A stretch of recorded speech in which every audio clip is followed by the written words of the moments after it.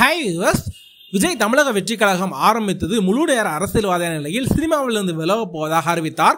அதனால் விஜய் தனது கடைசி படமான தளபதி 69 படத்தில் நடித்து வருகிறார். இந்நிலையில் 76வது குடியரசு தினத்தை முன்னிட்டு தளபதி 69 படத்தின் டைட்டில் மற்றும் ஃபர்ஸ்ட் லுக் போஸ்டர் வெளியானது. அதன்படி தளபதி 69 படத்தின் ஜனநாயகன் என்ற டைட்டில் வைக்கப்பட்டது.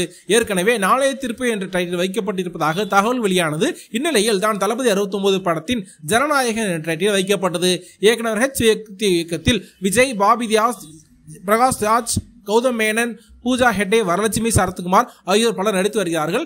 KVN புரொடக்ஷன் நிறுவனம் தயாரிக்கிறது. உருவாகி வரும் படத்தின் அனிருத் இசையமைக்கிறார். ஜனநாயகன் படத்தின் படப்பிடிப்பில் ஏப்ரல் மாதம் முடிக்கப்பட்டு அக்டோபர் 2025 திரைக்கு வரும் என்று அறிவிக்கப்பட்டுள்ளது.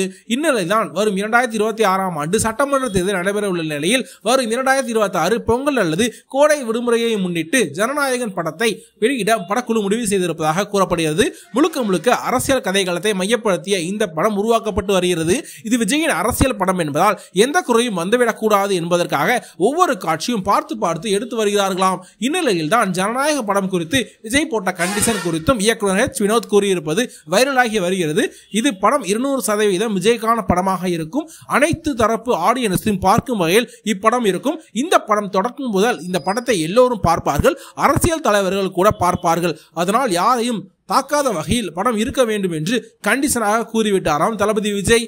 மேலும் நீங்க தளபதியுடைய ஃபர்ஸ்ட் லுக் போஸ்டரை பார்த்து எந்த அளவுக்கு ரியாக்ட் பண்ணிருக்கீங்க? அதை பார்க்கும்போது ரொம்பவே வித்தியாசமா இருக்கு. தளபதி கொடுத்திருக்க அந்த செல்ஃபி லுக் வந்து பாத்தீங்கன்னா நெய்வேலியில வந்து ரசிகர்கள் பயங்கரமா குமிச்சிருந்தாங்க. சோ அதை ஒரு இன்ஸ்பிரேஷனா எடுத்தா இந்த ஒரு போஸ்டர் வந்து பாத்தீங்கன்னா ரெடி பண்ணிருக்காங்க. இன்னும் ரெண்டாவது வந்திருக்க போஸ்டர் பாத்தீங்கன்னா நான் ஆணையிட்டாலும் இருக்குது. சோ எம்ஜிஆர் அவர்கள் பாத்தீங்கன்னா நம்பியார சாட்டையால சுழட்டி அடிப்பாரு. அநீதிக்கும் ஊழலுக்கும் எதிராக வந்து பாத்தீங்கன்னா கையில சாட்டை எடுப்பாரு.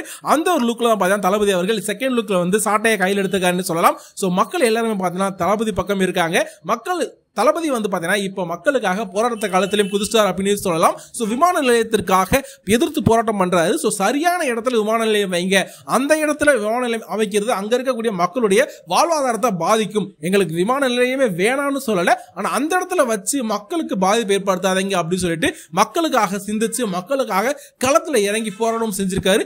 இதனாலேயே பாத்தீங்கன்னா தளபதியுடைய பக்கம் மக்களுடைய கவனம் ஈர்த்திருக்காருன்னே சொல்லலாம். இதனாலேயே வரக்கூடிய 2026 தேர்தலில் கண்டிப்பா மக்கள் அவருக்கு வாக்களிக்கக்கூடிய அதிக வாய்ப்பு இருக்கு அப்படின்னு சொல்லலாம். சில பேர் நினைக்கிறாங்க தளபதி விஜய்க்கு எப்படி ஓட்டுகள் வரும், அது சினிமானால அவருக்கு பின் பண்ணிட்டு இருக்காங்க, ஆனா அதே நேரம் அவருக்கு ஓட்டுகள் வாய்ப்பு இல்லை அப்படின்னு சொல்றாங்க. ஆனா கூடிய சீக்கிரத்தில் தளபதிக்கான ஓட்டு வங்கி அப்படின்றது இப்ப இருக்கக்கூடிய எதிர்கட்சியா இருக்கக்கூடிய அதிமுக, சோ லைன்ல எதிர்கட்சி அதிமுக இல்ல, பட் இருந்தாலும் இருக்கக்கூடிய அதிமுகவுக்கு இணையா வந்து பாத்தீங்கன்னா வருவாரு. சோ கண்டிப்பா வெயிட் பண்ணி பார்க்கலாம். தளபதி விஜய் அவர்கள் முதல்வர் இருக்கையில அமர்வாரு. கண்டிப்பா நம்மளும் அவரை அமர வைப்போம் அப்படின்னு சொல்லிட்டு எதிர்பார்ப்போம். சோ நீங்க தளபதி ரசிகராக இருந்தால் மறக்காம கீழே கமெண்ட் சொல்லுங்க. மேலும் இது போன்ற அப்டேட்டுகள் உங்க சேனலை சப்ஸ்கிரைப் பண்ணிக்கங்க. தேங்க்யூ.